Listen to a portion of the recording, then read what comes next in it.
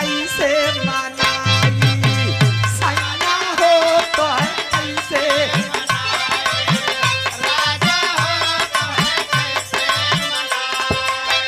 रतिया नींद लागे आवे ना यौहाजी करवट बदल बदल के पहली मेहरारू नीलम का कर देखा तू कुंवारी है तोहरे लाए बात बह कर रखे जाऊ रतिया नींद लागे आवे ना यौहाजी तुला हो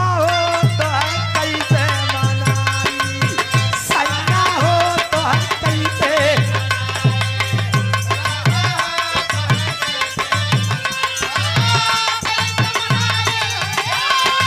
जिया जिया इलाहाबादी शेर बहुत अच्छे चपे रहो चपे रहो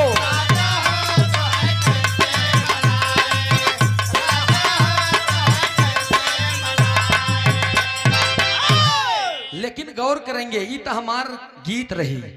लेकिन भाव में लड़का कहा बा दया मई माई से चाय के कि ये मदारी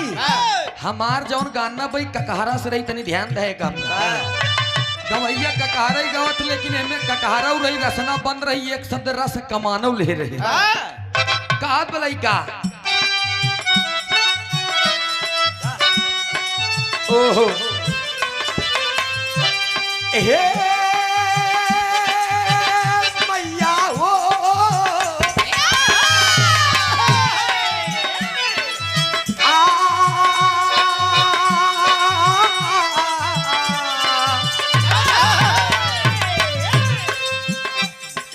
देवी माई से जाए के लड़का कहा हुआ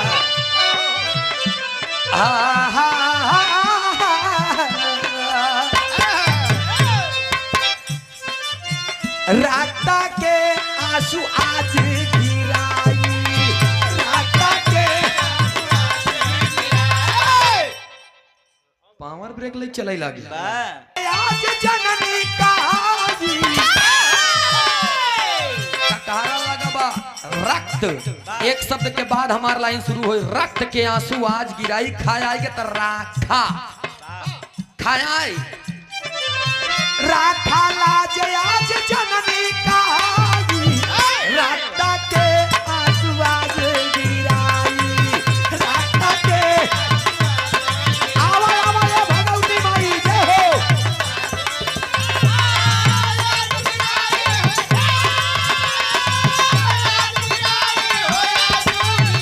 बहुत अच्छे आजे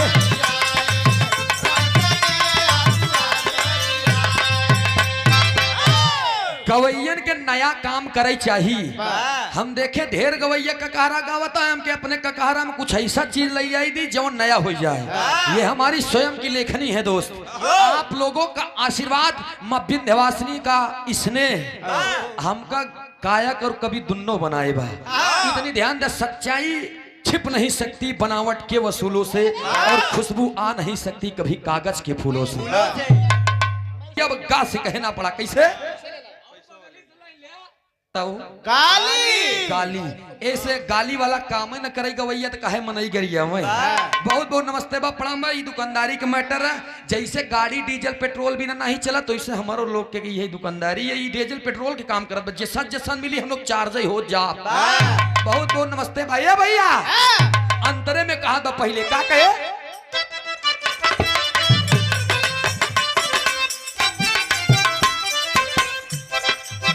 राग रगिनिया के रंगदार कैलू राग रगिनिया के रंगदार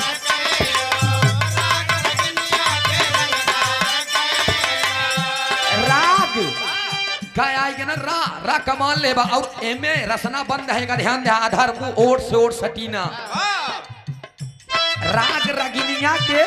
रंगदार कैलू राग रगिनिया के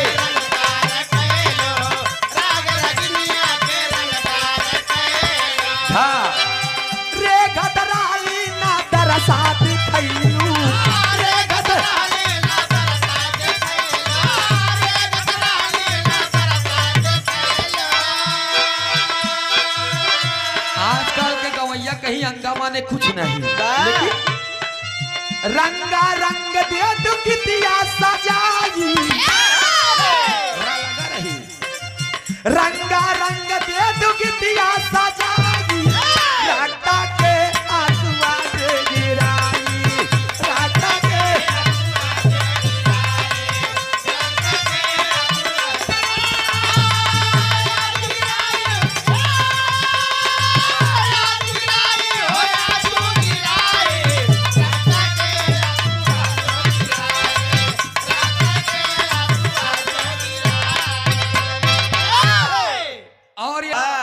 बेचारू बाबा दिन कि हम लोग झंडुए यही एकर मतलब तू चिंता जी करा अब की बार तो हुक्म मिली ए भैया माई के अर्चना माई के बिनती के तनव करा लेकिन वो कमाई बा चाहे तो पूरे सरजमी को आप एक कोरा कागज का टुकड़ा मान लीजिए जमीन पे जितना भी वृक्ष है उनको आप कलम मान लीजिए समंदर के पानी को स्याही मान लीजिए फिर भी माँ की गाथाओं को लिखेंगे तो ये धरती ये पेड़ और पानी कम पड़ जाएगा चाया गया रच के देरिया से जिया धुधुकाए छा से रक्षा करिहा तू शीश झुकाए जा से राज के आज तू देतू खुलवाई रक्त के आंसू आज गिराई ए भैया जाएगा रीझत रीझत की ऐनी दुवरिया रे के हथवा से हार के डेलरिया टा से रटत रटत देतू कविता गवाई रक्त के आंसू आज गिराई वंदना बहुत ज्यादा न गई अगर सच्चे मन से सच्चे दिल से एक शब्द मतारी के नाम ले लिया देवी देवता के नाम ले लिया तो खुश हो जाते हैं मन मोर महुआ चिता भूसौले तो ऐसे खुश नहीं होते देवी देवता अगले हम लास्ट लाइन में लड़का अपने परिवार अपने खानदान के परिचय देत बा कौने अखाड़े से ताल्लुकात बा हमार और बिरहा जगत में के हमार माई बाप हमें कौने बागवा के पुष्प ही हम बताओ का कहे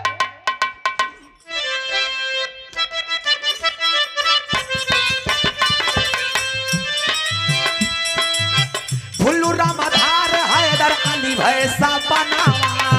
भुल्लू रामाधार हैदर अली भैसा बनावा भुल्लू रामाधार गुरु राजा राम जी के चुमली हम चरणवा गुरु राजा राम जी के पूजली हम